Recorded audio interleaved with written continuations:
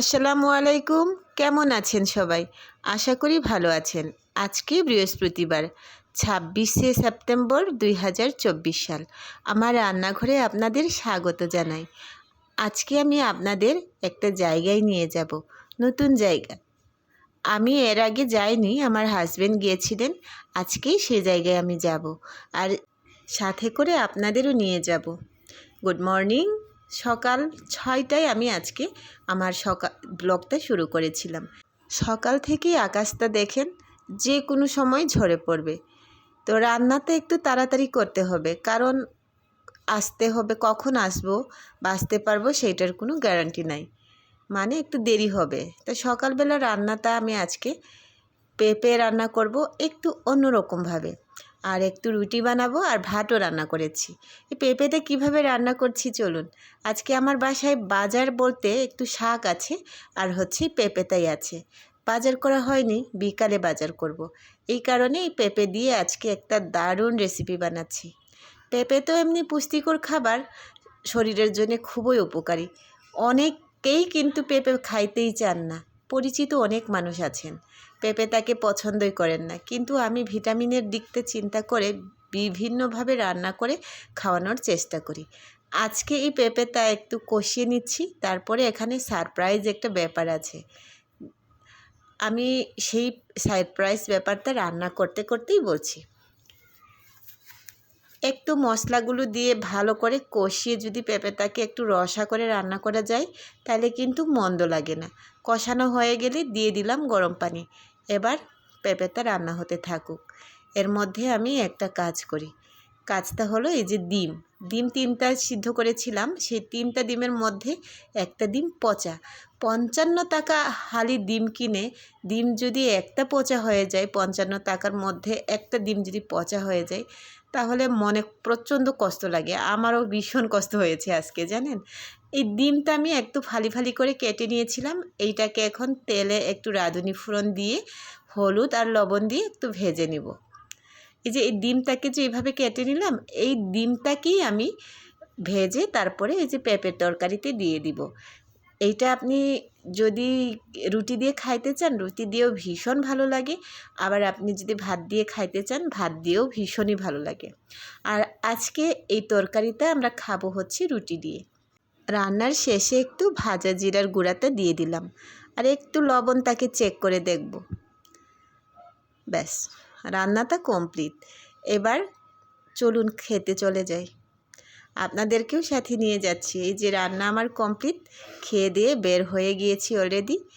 আর হচ্ছে হেঁটে হেঁটে যাচ্ছি, রাস্তায় প্রচুর জ্যাম।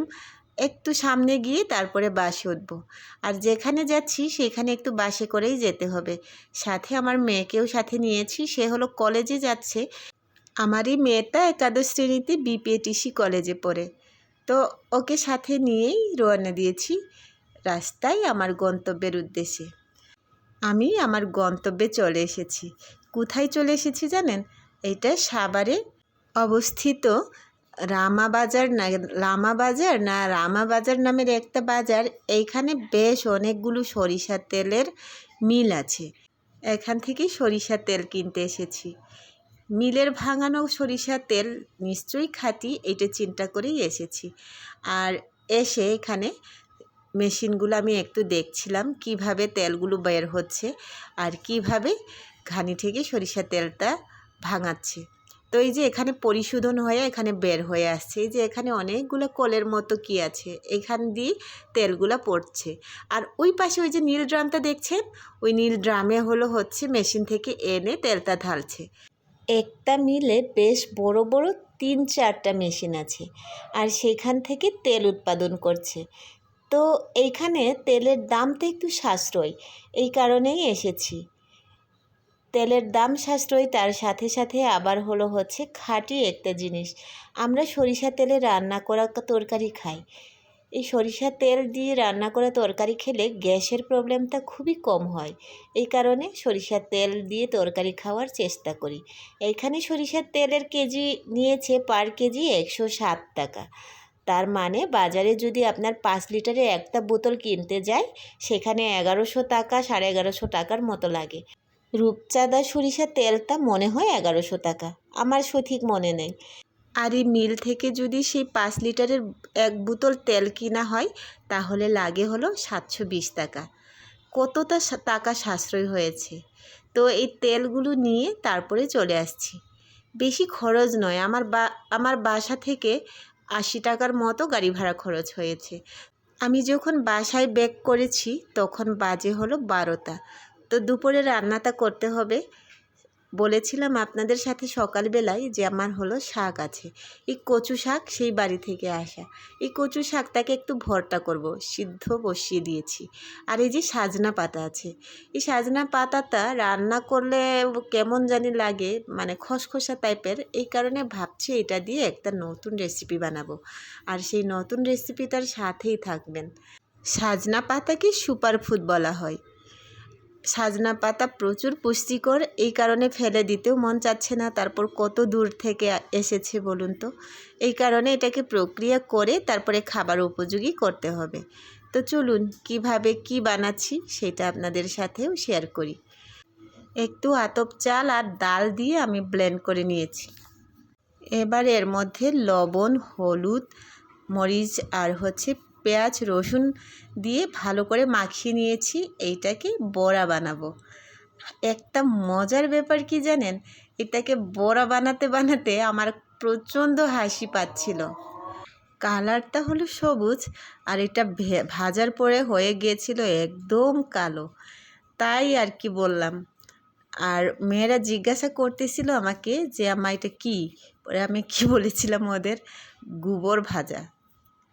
গোবর ভাজা কি বলো? পরে হ্যাঁ, ওই যে যখন আমি সাভার গিয়েছিলাম তখন ওই যে মহিষ খামার থেকে গোবরটা নিয়ে এসেছি, ওইটা ভেজেছি। এখন খাবা কি না বলো?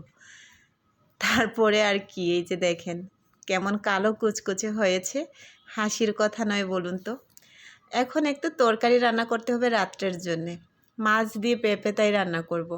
বলেছিলাম আপনাদের সাথে আমার বাজার নাই, এই কারণে এই যে পেঁপে দিয়ে আজকের দিনটা চালিয়ে নিচ্ছি। কি করব বলুন, না থাক, যেটা নাই সেটা তো নাই, তাই না? তো আমি তো আসলে প্রত্যেক দিনের ভিডিওটা শেয়ার করি, আমি যা করি সারাটা দিন, যা রান্না করি, যা খাই সেইগুলাই পোস্ট করি। তো আজকে আমার সকালবেলায় রান্না হয়েছিল ডিম দিয়ে পেঁপে, আর রাত্রের বেলায় রান্না হচ্ছে মাছ দিয়ে পেঁপে, তাও ছোটো সাইজের রুই মাছ, মানে নলা মাছ বলে যাকে, সেই নলা মাছ দিয়ে রান্না করছিলাম। পেঁপেটা আসলে বাসায় পেঁপেটাই ছিল, সেদিন আপনাদের সাথে শেয়ার করেছিলাম আমি 4 কেজি পেঁপে কিনে নিয়ে এসেছিলাম রাস্তা থেকে। সে 4 কেজি পেঁপের এখনও রয়ে গেছে, তো এটা খেয়ে শেষ করতে হবে। তারপরে একটা লম্বা বিরতি দিব, পেঁপে আর কিনবই না, এত তো ভালো লাগে না বলুন। তো রান্না বান্না শেষের দিকে প্রায়, এখন পানি দিয়ে দিচ্ছি ভালো করে কষিয়ে নিয়ে, তারপরে এটা বলক চলে আসলে এর মধ্যে ভাজা মাছগুলো দিয়ে দিব, তারপরেই রান্নাটা শেষ। তো কেমন লেগেছে আমার আজকের আয়োজন সেটা অবশ্যই জানাবেন। যদি আমার ভিডিও আপনাদের একটু ভালো লাগে তাহলে একটা লাইক, একটা কমেন্টস, আর আমার ইউটিউব চ্যানেলে সাবস্ক্রাইব করে দিবেন। আপনারা যদি সাথে না থাকেন তাহলে সামনে কিভাবে যাব বলুন তো। তো আজকে এই পর্যন্তই, আমার রান্নাটা কমপ্লিট, আর পারছি না। সবাই ভালো থাকবেন, কথা হবে নেক্সট কোনো ভিডিওতে। সেই পর্যন্ত আল্লাহ হাফেজ।